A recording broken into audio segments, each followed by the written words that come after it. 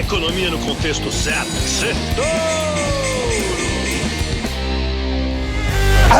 Boa noite, Brasil, ouvintes da Jovem Pan, bem-vindos a mais um Sextouro, resumo da semana econômica no contexto certo. E na última semana do trimestre, as previsões de juros altos por muito tempo lá fora se acalmaram um pouco ontem, quando saiu a inflação melhor do que esperado na Europa, e ainda mais hoje, que foi divulgada a inflação ao consumidor americano abaixo do esperado também. Isso animou um pouco as bolsas, só que até quinta-feira, as bolsas tinham sido machucadas. A semana tinha sido muito dura. Os riscos que pesaram durante o mês de setembro voltaram essa semana.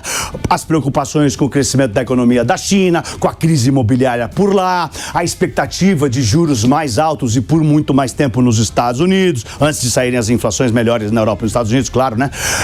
Foram esses os riscos que derrubaram as bolsas em países emergentes como o Brasil em setembro. A alta do preço do petróleo e a potencial paralisação do governo americano neste domingo, depois de amanhã, também assustaram os investidores de novo. Além disso, voltaram os receios de que o governo brasileiro não consiga cumprir a promessa de equilíbrio das contas públicas no ano que vem. Um assunto local que pesou nas ações por aqui. Tivemos as declarações interessantes do presidente do nosso Banco Central, Roberto Campos Neto, que finalmente teve um encontro com o presidente Lula e teve os alertas de executivos aqui e lá fora que marcaram a semana. Já eu vou falar. E mesmo com a melhora no finzinho da semana, setembro fechou como o pior mês do ano para a Bolsa Americana. Bom, o nosso Ibovespa B3 parecia mostrar uma reação na virada de agosto para setembro, mas acabou praticamente no 0 a 0, depois de ter caído 5% em agosto. O dólar disparou e bateu 5,07 na quarta-feira, acompanhando o índice do dólar, o DXY, que subiu 10 dias seguidos até ontem. Bom, falando na Bolsa do Dólar, vamos ver como é que eles fecharam na semana e no mês. E na semana, o Ibovespa B3 subiu 0,5%, terminou cotado aos 116.565 pontos. No mês de setembro, subiu um pouco mais, 0,7%. Já o dólar subiu 2% essa semana, terminou cotado aos R$ 5,03. No mês de setembro, subiu um pouquinho menos, subiu só 1,5%.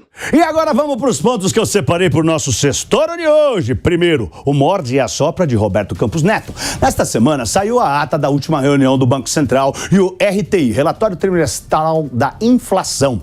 Como sempre, o presidente do Banco Central, Roberto Campos Neto, fez uma coletiva para falar sobre o relatório. Ele também falou numa audiência da Câmara. As declarações foram meio que morde e assopra. Na Câmara, ele foi suave, falou que o Brasil está tendo uma desinflação acentuada e as expectativas de inflação estão estáveis. Isso animou os investidores. Já na coletiva, admitiu, abre aspas, que a barra está ligeiramente mais alta para acelerar o ritmo de queda de juros. Com isso, as apostas de que a Selic possa cair com firmeza e ficar abaixo de 10% esvaziaram. A fala de Campos Neto reforçou o que foi dito na ata do Copom, que disse ser pouco provável a intensificação do ritmo de corte de juros para 75 bips em dezembro, como alguns analistas estavam prevendo. Isso tirou um pouco do ânimo das ações, já que se os juros não caem tanto, a bolsa não sobe tanto. Mas na coletiva de ontem ele falou que à medida que algumas medidas forem aprovadas no Congresso, a percepção de risco fiscal vai cair. Vai, Torinho! 2. Lula e Campos Neto fazem a primeira reunião. O presidente do nosso Banco Central se reuniu com o presidente Lula 10 meses depois da posse do presidente, que já chamou ele de este cidadão tinhoso, teimoso, que não entende nada de povo e mais um monte de coisas. Como sabemos, várias vezes o ministro da Fazenda, Fernando Haddad, fez o papel de bombeiro para acalmar um pouco os ânimos do presidente da República e desse estresse entre eles. Bom, oficialmente dessa reunião, a gente só sabe o que o Haddad falou e o que o Campos Neto confirmou, que foi uma reunião produtiva, que foi cordial. Campos Neto disse que o Banco Central quer e vai colaborar com o governo. Parece que eles terão outras reuniões a partir de agora. Uma aproximação entre o governo e o Banco Central pode ajudar a acelerar a agenda econômica no legislativo, tendo o chefe do Banco Central como fiador. Pelo bem do Brasil, tomara que a paz tenha sido selada entre os dois. Terceiro ponto, alerta do CEO do maior banco dos Estados Unidos. O presidente do JP Morgan, Jamie Dimon, o Jamie Dimon, disse que o Banco Central americano poderia aumentar as taxas de juros dos atuais 5,5% para 7% ao ano, mas alertou que o planeta não estaria preparado para taxas de juros tão altas. Dimon disse que taxas de juros de 7% ao ano seriam o pior cenário se a estagflação se instalasse. Estagflação é uma situação de inflação associada a nenhum crescimento ou pouquíssimo crescimento econômico, o PIB fica parado. Ele pediu para os clientes do banco dele, o JP Morgan, se prepararem para esse tipo de estresse. As falas geraram mal-estar no mundo inteiro, as bolsas caíram para tudo quanto é lugar, as taxas de juros dos Estados Unidos, nesse patamar de 7%, tirariam muito dinheiro das ações, já que os investidores migrariam para ativos de renda fixa lá na América. Sem contar que muitos investidores dos Estados Unidos que investem fora da América iam repatriar os seus investimentos, para isso iam ter que recomprar os dólares, iam pressionar ainda mais o índice do dólar para cima.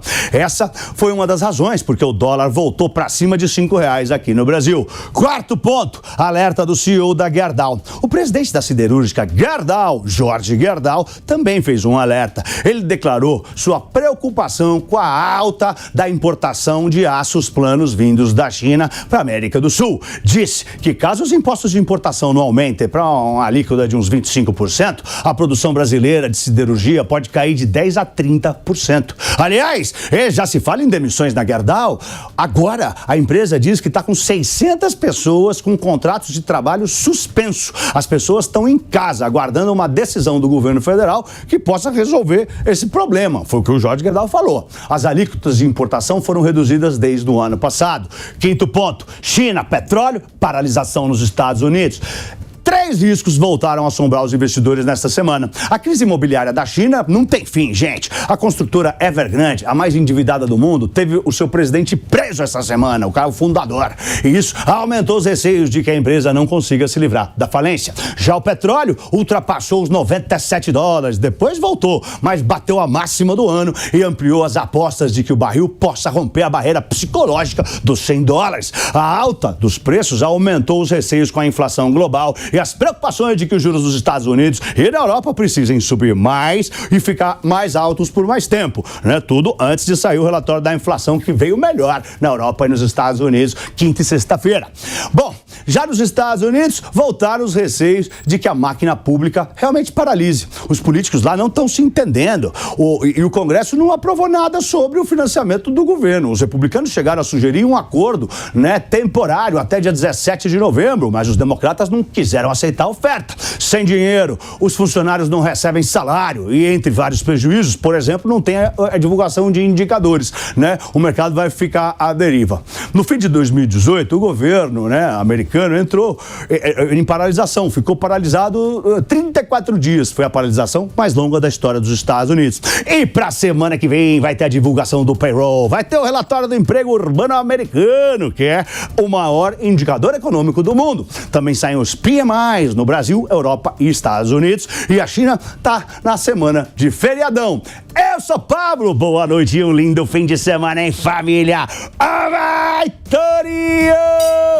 Vai, Torinho!